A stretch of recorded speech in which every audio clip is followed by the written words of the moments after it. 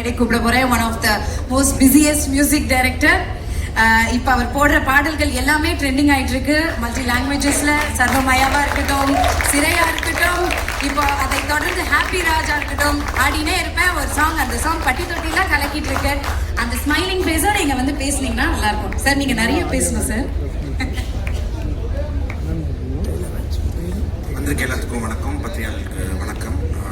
ரொம்ப ஹாப்பியாக இருக்குது இந்த ஈவெண்ட் போயிட்டு இருக்குது. ரொம்ப டைம் போகிறதே தெரியல. ரொம்ப எல்லோரும் நல்லா பேசிகிட்டு இருக்காங்க.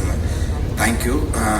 ப்ரொடியூசர் ஜெய், அப்புறம் Jaivardhan, one of the coolest producer இந்த டவுன். ரொம்ப ஜாலியாக இருக்கும். அதாவது அந்த ப்ரொடியூசர் அந்த இது எனக்கு தெரியாது, அந்த மாதிரி ஒரு ஜோனில் இருப்பாங்க. ஸோ கண்டிப்பாக இந்த படம் நல்ல படமாக வரும். GV sir thank you so much. ரெண்டாவது படம் நான் கூட ஒர்க் பண்ணுறேன். ஜிவி சார் பொறுத்த வரைக்கும் ரொம்ப ஒரு பாசிட்டிவான பர்சன். அதாவது தன்னை வச்சுக்கணும்னு எனக்கு அப்படி தெரியல.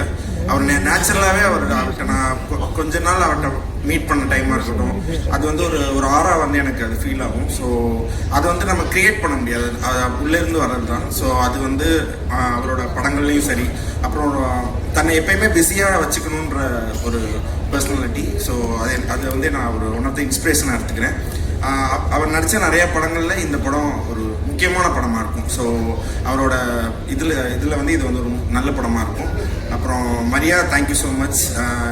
இது வழியாக உங்களுக்கு நிறைய ஒரு கேட் ஓப்பன் ஆகுது. ஸோ நிறையா படங்கள் பண்ணணும், தரமான படங்கள் பண்ணணும் நான் வாழ்த்துறேன்.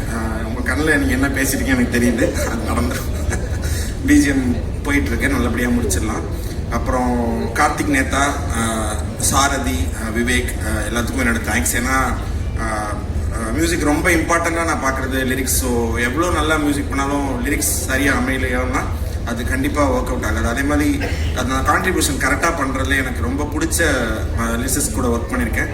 அப்புறம் கங்கைமரன் சார், அவர் கூட நான் ஒர்க் பண்ணுறது இந்த படத்தில் எனக்கு ஒரு சான்ஸ் கிடச்சிச்சு. ஸோ அது எனக்கு ரொம்ப ஒரு ஹாப்பியான மூமெண்ட்டாக இருந்துச்சு. ஒரு எனக்கு ரொம்ப நாள் ஆசை அவர் கூட ஒர்க் பண்ணணும்னு சொல்லி. அது அப்பப்போ தோணும், ஆனால் அது கரெக்டாக இந்த படத்தில் அமைஞ்சிச்சு. அதுக்கு மொத்த டீமும் சப்போர்ட் பண்ணதுக்கு எனக்கு ஒரு thank you so much. Mariam sir, உங்கள் ஒர்க் எனக்கு ரொம்ப பிடிக்கும். இந்த படம் உங்களுக்கு வந்து கண்டிப்பாக ஒரு முக்கியமான படம் இருக்கும்.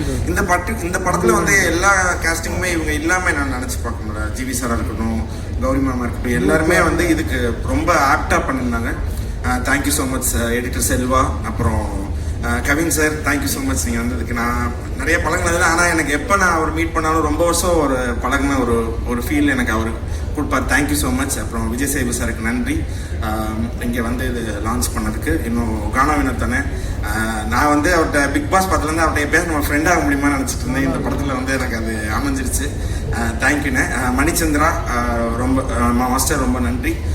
என்னன்னா ஒரு படத்தில் ஃபுல்லாக ஒரு படம் மாஸ்டராக இருக்கிறது வந்து எனக்கு ரொம்ப ஹாப்பியாக இருந்துச்சு. ஸோ அது ஒரு லிரிசிஸ்டாக இருக்கட்டும், எல்லாருக்குமே அந்த மாதிரி கிடைக்கிறப்ப வந்து அது இன்னைக்கு இருக்கிற டைமில் அது ஒரு பெரிய அச்சீவ்மெண்ட். ஸோ அது உங்களுக்கு நடந்திருக்கிறது எனக்கு ஹாப்பி.